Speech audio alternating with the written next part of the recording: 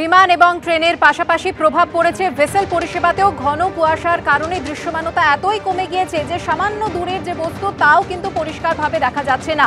যাত্রী নিরাপত্তার কথা মাথায় রেখেই তাই সাগরে ভেসেল পরিষেবা বন্ধ রাখা হয়েছে। আমি দাঁড়িয়ে রয়েছি কাকদ্বীপের লট নম্বর 8। এই যে মুড়িগঙ্গা নদী, এই মুড়িগঙ্গা নদী দিয়েই সাগরে যাওয়ার ভেসেল চলাচল করে। এই দিকে কাকদ্বীপের লট নম্বর 8, উল্টো দিকে সাগরের কচুবেড়িয়া। কিন্তু আজকের ভোর থেকে ঘন কুয়াশার চাদরে পুরো মুড়ে গিয়েছে দক্ষিণ 24 পরগনা।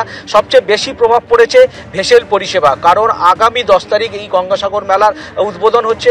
আজ বেলায় মুখ্যমন্ত্রী মমতা বন্দ্যোপাধ্যায় হেলিকপ্টারে তিনি গঙ্গাসাগরে আসবেন, তিনি প্রস্তুতি বৈঠক করবেন।